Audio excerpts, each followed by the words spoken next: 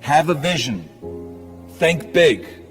Ignore the naysayers. Work your ass off and give back and change the world. Because if not us, who? If not now, when? What is the secret to success? And the long version is that I actually always had 5 rules. And everything that I did, I always used those 5 rules. And those 5 rules helped me to become successful in various different areas. And I believe that those rules can be applied to almost anyone and everyone.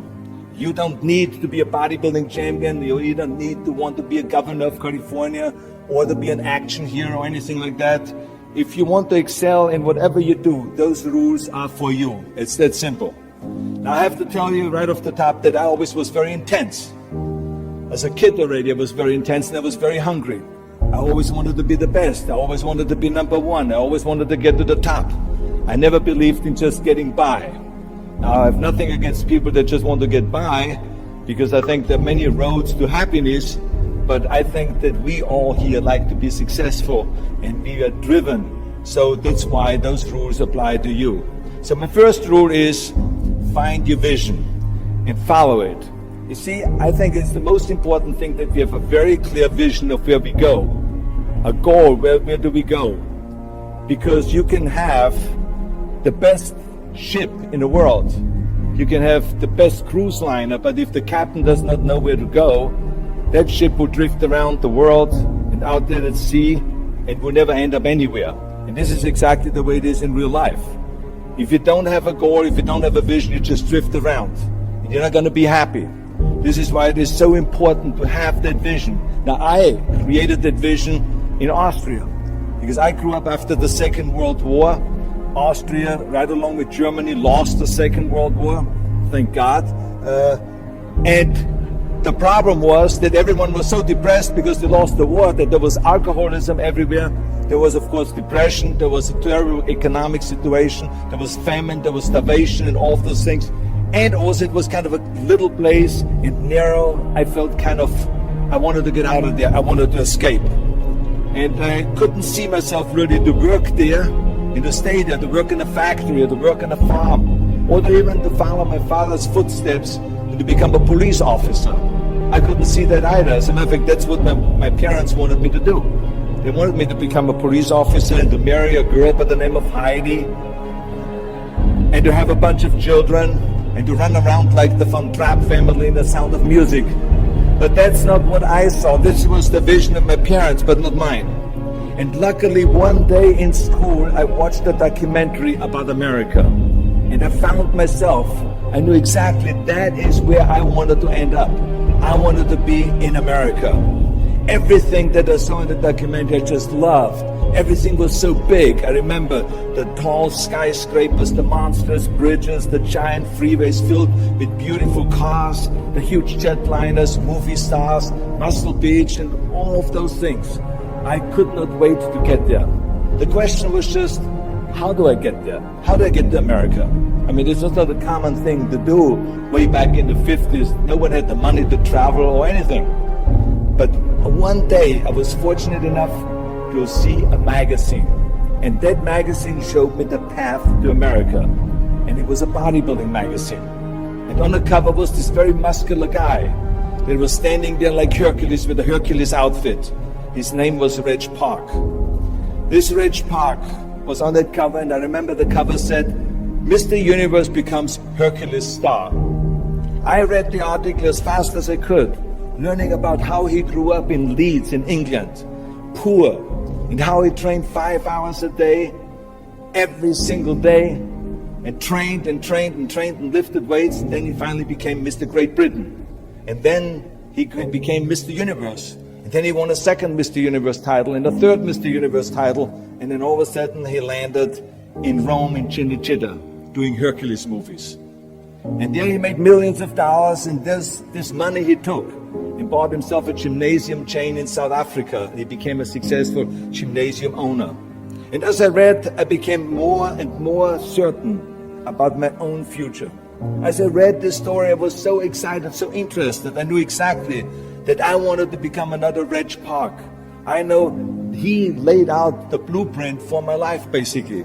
I could see myself, I could visualize myself clearly to be a champion on that same stage where he won the Mr. Universe, and then to move to America, then get into movies, and then become rich and famous. I had that vision very clearly laid out. I was so happy that I knew exactly where I was going. From that moment on, everything that I did, no matter how hard I had to work or how much I had to struggle, it didn't matter. It was a wonderful joyride because I knew what the purpose was and I found my passion. The simple truth is, if you don't have a vision, if you don't have a goal, if you don't see your future laid out in front of you, you're just floating around without a purpose. And I think that the numbers speak for themselves. This is why so many people around the world are unhappy with their jobs. I mean, in America, 74% of the people hate their job and would like to change jobs. But think about that. That means that only a quarter of the Americans love their life's work. I mean, that is a very depressing statistic. I always smiled when I worked, no matter how hard I worked. I always had a great time, no matter what I did. It didn't matter if it was in bodybuilding, or if it was in the movies, or if it was as governor. I remember in the pumping iron days, people asked me in the gym all the time, why are you smiling all the time? Why are you so happy? You have to lift 50 tons of weights. You have to train 5 hours a day. I mean, I look at the other bodybuilders' faces and lifters' faces, and they look kind of depressing. They look sour. They're miserable that they have to lift weights. You don't look miserable, you look happy. And I tell them always, I say, I smile because I know exactly that every rep that I do, that every set that I do, every weight that I lift, I get one step closer to turning that vision of mine into reality and becoming that Mr. Universe. I could not wait to lift another 500 pounds in the squats. I could not wait to do another 1,000 sit-ups. I could not wait to do bench press, more curls until I couldn't move my arms anymore. Because I knew that every rep got me closer to standing on that stage as a champion. As a matter of fact, when I lifted weights, I didn't really feel like I was lifting weights. I felt like I was lifting a trophy over my head each time I lifted. And to have all those bodybuilders around me and thousands of people screaming. And I tell you that this vision didn't just help me in bodybuilding, it helped me with everything, like I said. I remember in the movie business, there was many times stunts that I had to do where I got hurt, where I was in pain, in agony, and had to do it over and over again. I remember one incident specifically on Conan the Barbarian. There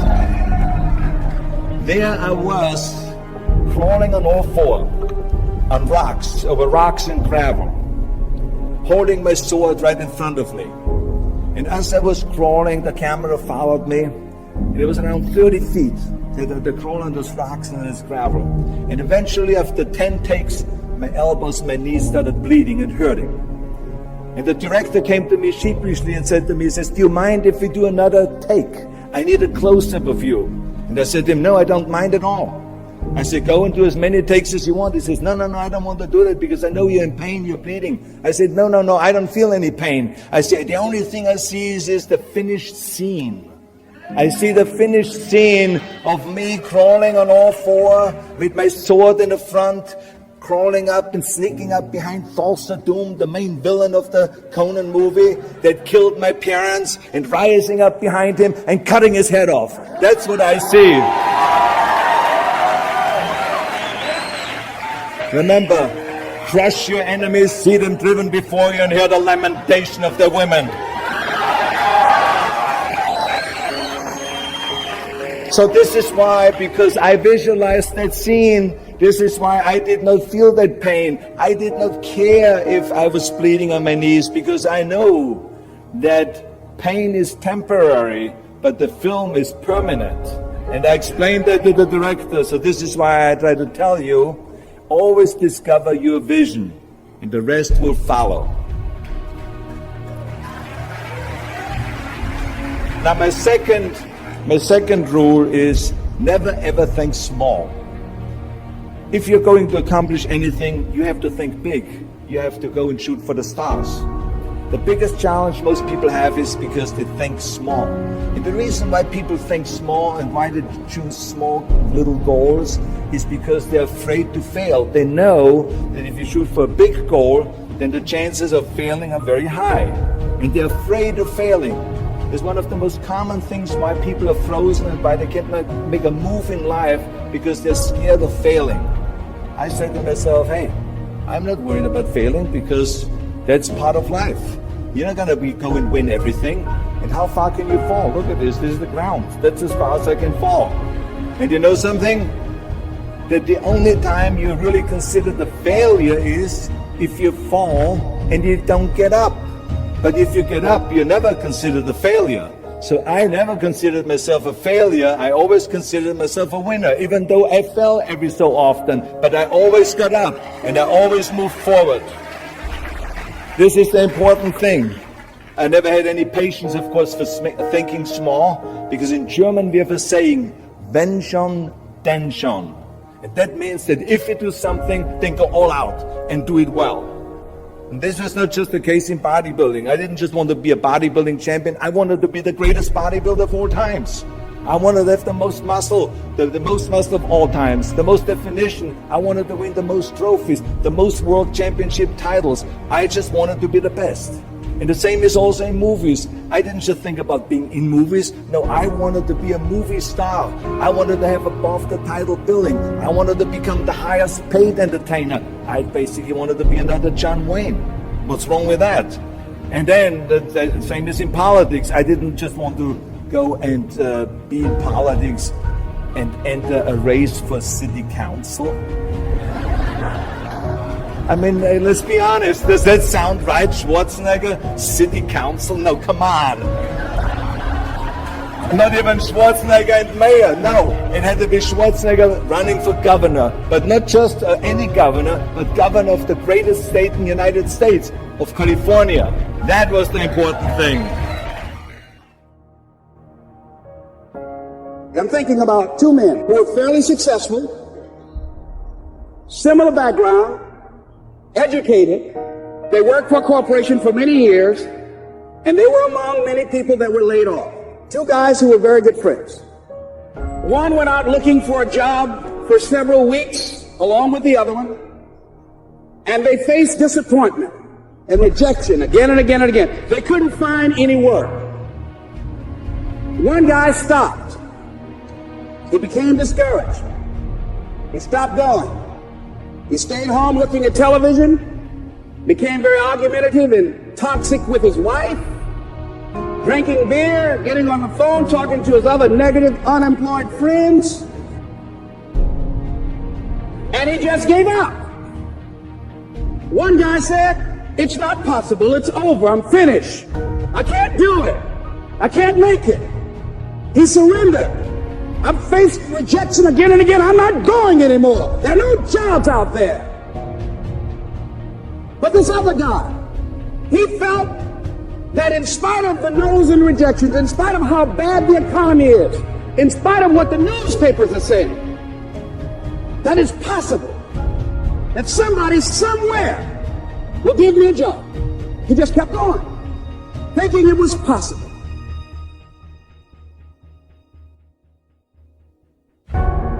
What was the difference between the two men? Eyesight and mindsight. Eyesight is judging on what you see, judging according to appearances. But mindsight is how you interpret what you see. The other guy kept looking for a job everywhere he could go. Every time he could get an opportunity, kept asking people, networking, checking the newspapers every day. He went to a place and said, look here, I tell you what, if you can't hire me, and I know you can use my talents, abilities, and skills, I don't want to sit home and do nothing. Just let me do some volunteer work. You don't have to give me anything, all right? I just want to work. I want to be busy. Guy said, okay, it's on you now. Don't expect me to give you anything. It's okay. This guy came in and worked. He was the first one there. The last one to leave was the best employee there. About 4 weeks later, one of the top managers quit. They were looking for a replacement. Guess who they selected? This other guy. This guy who was volunteering his time, he got the job.